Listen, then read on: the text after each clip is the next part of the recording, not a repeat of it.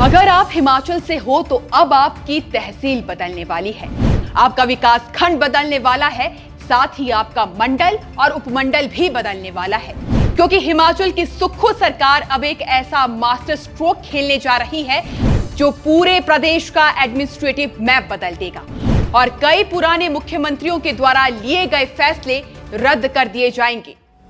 हमारे प्रदेश की सुक्खू सरकार पूरे हिमाचल के प्रशासनिक नक्शे को दोबारा बनाने की तैयारी कर रही है। कौन सा गांव किस तहसील में जाएगा, कौन सा इलाका किस उपमंडल में रहेगा, कौन सी उप तहसील खत्म होगी, कौन सा विकास खंड मर्ज होगा और कौन सी नई सीमाएं बनाई जाएंगी, अब ये सब तय करने के लिए हिमाचल सरकार आयोग बनाने जा रही है।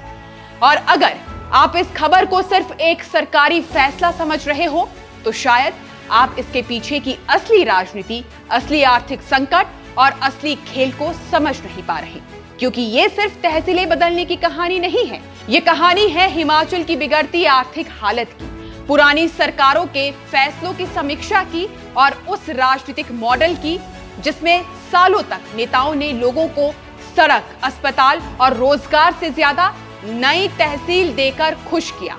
अब आप खुद सोचिए, हिमाचल जैसे छोटे राज्य में आज 81 उपमंडल है, 92 विकास खंड है, 193 तहसीलें और उप तहसीलें हैं। अब सुनने में तो बहुत अच्छा लगता है कि हर थोड़ी दूरी पर तहसील खुल गई, एसडीएम ऑफिस खुल गए, नया ब्लॉक बन गया, लेकिन सवाल ये है कि क्या इन सब की सच में जरूरत थी?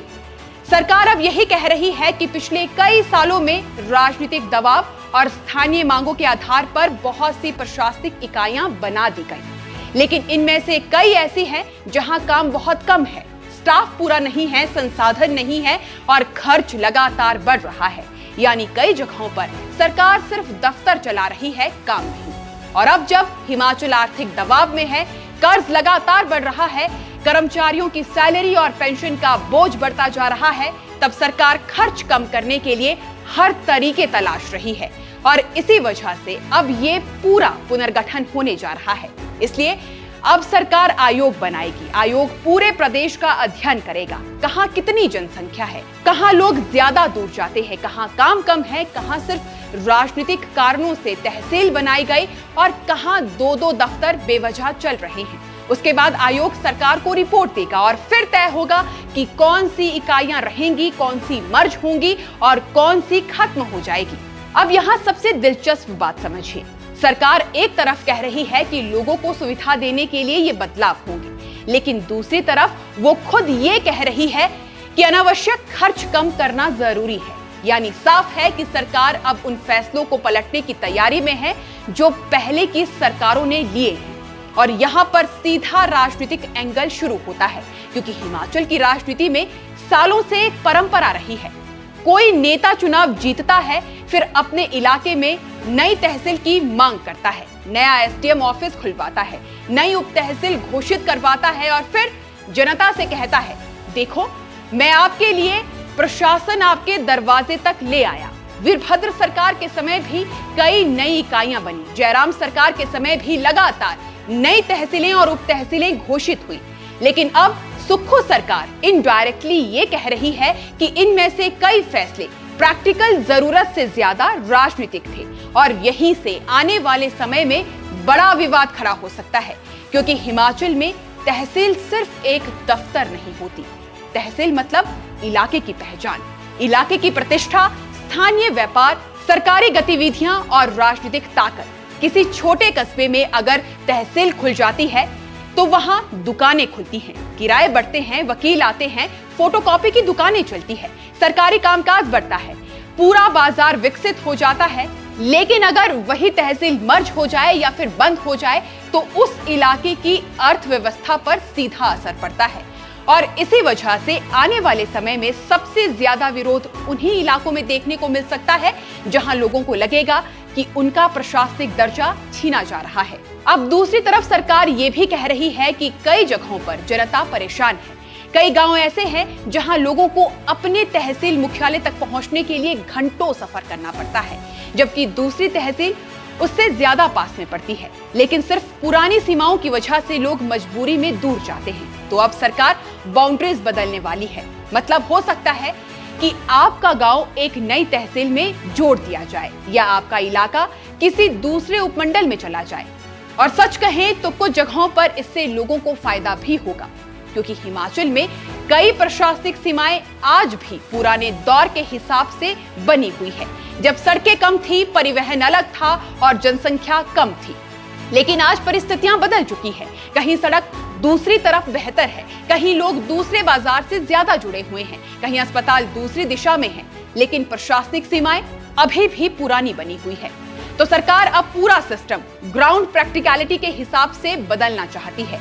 लेकिन सवाल यही है कि क्या ये बदलाव सच में जनता की सुविधा के लिए होंगे या फिर सिर्फ खर्च बचाने के लिए? क्योंकि अगर सरकार सिर्फ खर्च कम करने पर ध्यान देगी तो फिर छोटे इलाकों के लोगों को दिक्कतों का सामना करना पड़ सकता है।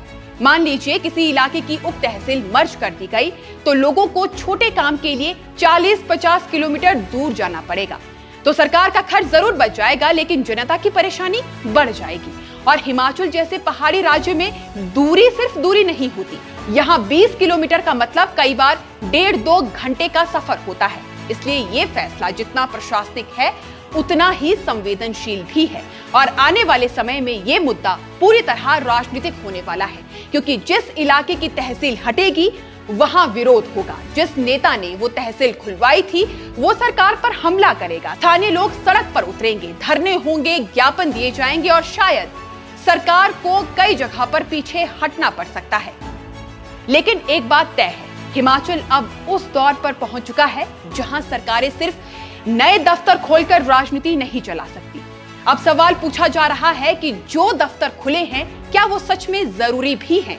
और शायद पहली बार हिमाचल में कोई सरकार पूरे प्रशासनिक ढांचे को आर्थिक नजरिए से देखने की कोशिश कर रही है। यानी अब नई तहसील खोल दी वाली राजनीति की जगह कौन सी तहसील जरूरी है वाला दौर शुरू हो गया है। और अगर ये फैसला पूरी तरह लागू हुआ तो आने वाले कुछ सालों में हिमाचल का प्रशासनिक नक्शा वैसा नहीं रहेगा जैसा आज दिखाई पड़ता है।